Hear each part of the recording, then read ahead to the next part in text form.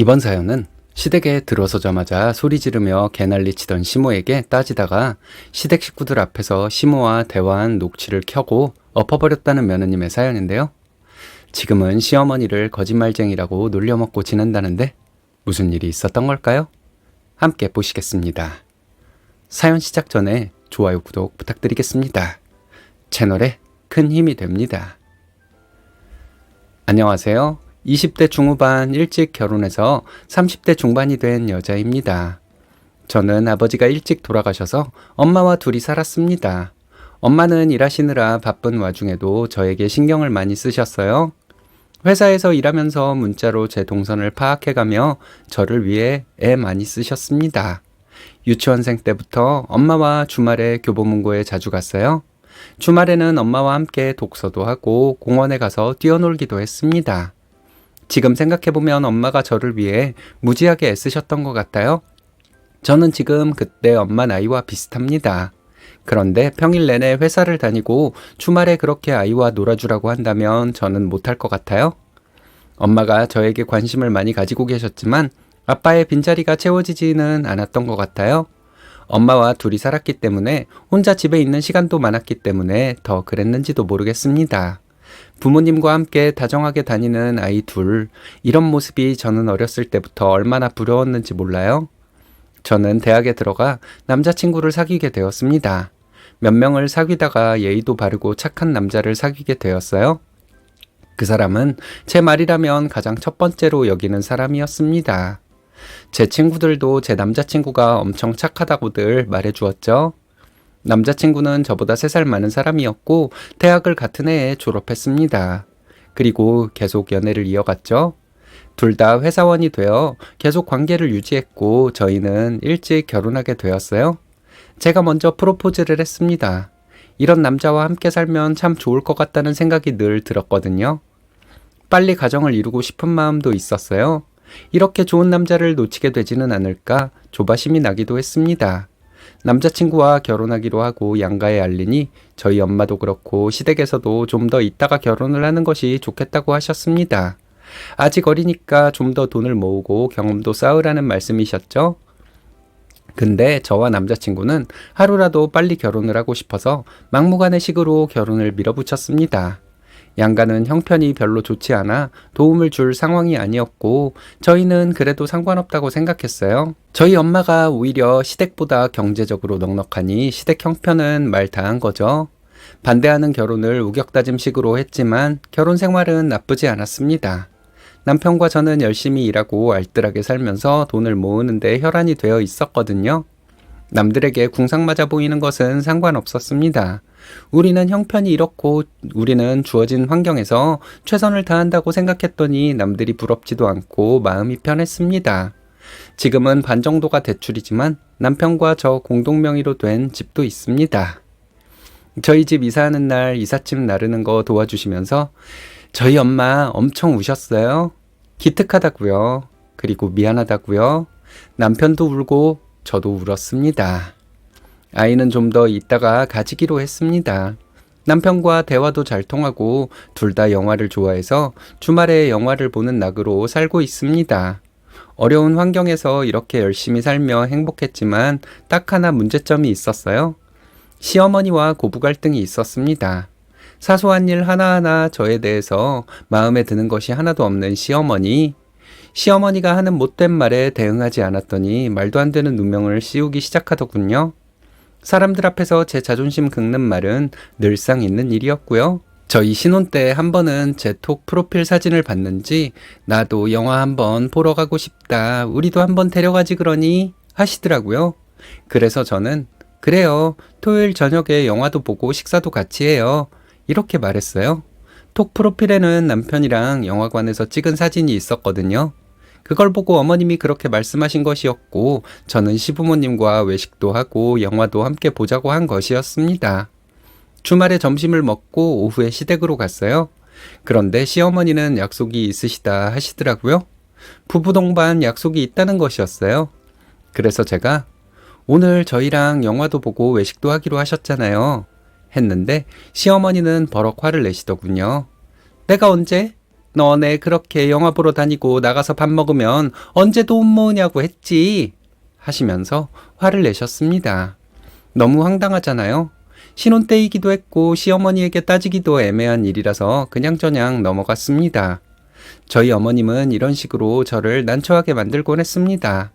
명절에 전날 오라고 하셔서 아침 일찍 시댁에 갔는데 시부모님은 늦잠을 자고 계셨어요. 저희가 초인종을 누르니 자다 일어난 시어머니가 문을 열어주셨습니다. 그리고 하시는 말씀이 이렇게 아침 일찍부터 오는 거 예의가 아니다. 넌 그런 것도 못 배웠어? 라고 하시더군요. 분명 그 며칠 전에 시어머니가 저에게 명절 전날 아침 일찍 오라고 하셨거든요. 그래서 일찍 간 것이었습니다. 근데 예의를 운운하면서 저를 못 배운 여자 취급하시니까 황당했죠. 그리고 남편과 함께 간 것이었는데 왜 저한테만 그렇게 화를 내시는지. 어머님이 오늘 일찍 오라고 하셨잖아요. 이렇게 말했더니 어머님은 내가 언제? 너 젊은 애가 어쩌려고 이러니? 나보다 정신이 더 흐리멍텅해서 어쩌려고 이래? 이러시더라고요. 아버님은 어머님 말씀을 믿는 눈치이고 남편은 중간에서 어쩔 줄 몰라서 안절부절 못하고 있고 한 번은 어머님이 저에게 신우네 집에 다녀오라고 하셨어요. 형님이 과일을 사놓았는데 가져다 줄 시간이 없다고 했다는 거였습니다. 지금도 차가 없어요. 아이가 생기면 그때나 차를 사려고 지금까지 남편과 저 둘 다 뚜벅이로 다니고 있습니다. 그럼 아버님이 차를 타고 다녀오면 되잖아요. 그런데 아버님도 바쁘시다면서 어머님은 굳이 퇴근길에 형님네 집에 들러서 과일을 가져다 달라고 하시더라고요. 과일을 내일 받으면 물러서 못 먹을 거라고 하시면서 봉지에 담아 놓으라고 했으니까 무겁지 않을 거라 하시길래 퇴근길에 형님네 집으로 갔어요. 형님에게 전화해서 집에 거의 다 왔다고 했더니 무슨 일로 왔냐고 묻는 거예요. 그래서 제가 이러저러해서 왔다고 했더니 과일? 그런 얘기 한 적 없는데? 이러시더라고요. 저는 황당했지만 그대로 집으로 돌아올 수밖에 없었습니다. 나중에 시댁에 갔을 때 시어머니에게 형님네 집에 가서 과일 가져오라 했던 건 뭐였냐고 물었더니 내가 언제 그랬냐? 과일이 먹고 싶다고 말했지. 그랬으면 나중에라도 한번 사오면 되지. 뭘 그렇게 말을 꾸며대? 이렇게 말씀하셨어요. 남편과 아버님도 누구 말이 맞는지 모르니 아무 말도 못하고 있었습니다. 또 그대로 넘어갈 수밖에 없었어요. 어머님이 이런 식으로 나올 때 표정이나 말투가 너무 자연스러워서 저도 모르게 내가 잘못 들었나? 내가 잘못 생각했던 건가? 하는 생각이 들 정도였습니다. 계속 이런 일이 반복이 되니 정말 못 살겠더라고요. 그래서 시어머니와 통화를 하거나 둘이 얘기를 할 때 녹음을 했습니다. 이런 사소한 일들이 무지하게 많았는데 사소한 일들이라서 다행이었지 큰일이었다면 정말 생각만 해도 아찔했거든요. 2년 전 명절에 명절 음식을 하고 있었어요. 동태전을 하는데 상태가 좀 안 좋아 보였습니다. 제가 어머님에게 동태가 보니까 좀 상한 것 같으니 재료를 다시 사오던지 아니면 만들어 놓은 걸 사오던지 하자고 했습니다. 어머님은 펄쩍 뛰면서 조상님들한테 올리는 걸 사오는 게 말이 되냐고 입에 개거품을 물고 난리를 치셨습니다. 그리고 상태 괜찮으니 그냥 하라고 하셨고요. 할 수 없이 어머님이 시키는 대로 했죠. 명절 오후에 저와 남편은 친정으로 갔습니다. 그런데 다음날 새벽부터 어머님에게 전화가 오고 난리도 아니었어요.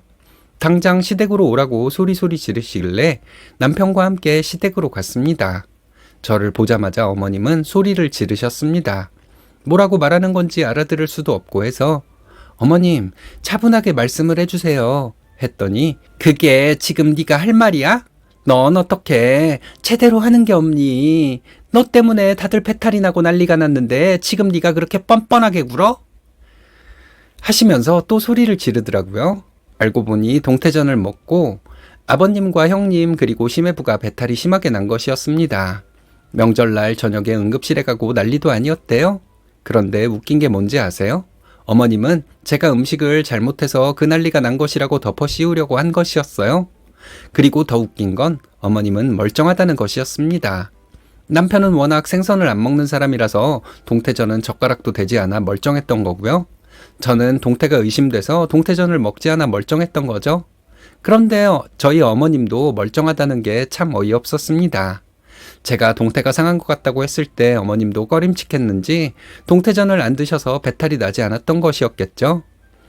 제가 동태 이상하다고 했는데 어머님이 괜찮다고 그냥 하라고 하셨잖아요. 이렇게 말했는데 어머님은 지금 네가 누굴 탓하는 거야? 너 잘못해놓고 남한테 뒤집어 씌우는 거 어디서 배워먹은 못된 버릇이야? 하며 소리를 질렀습니다. 그리고 어머님은 얘가 보자 하니까 참 가증스럽네. 너 지금 무릎 꿇고 빌어도 시원치 않을 판에 다른 사람도 아니고 시애미한테 누명을 씌워? 너 여기 다시는 올 생각도 하지 마. 이러셨어요. 누가 보면 정말 제가 잘못해서 시어머니에게 혼나고 있는 것으로 보였을 것 같아요. 그날 형님 부부도 시댁에 있었거든요. 전날 응급실에 가서 수액도 맞고 약을 받아서 시댁으로 왔다고 합니다. 아침부터 어머님이 끓여주는 미음 먹고 그곳에서 쉬고 있었던 거죠. 잘됐다 싶어서 저는 시어머니와 전날 부엌에서 대화했던 내용 들어있는 녹취록을 켜버렸어요.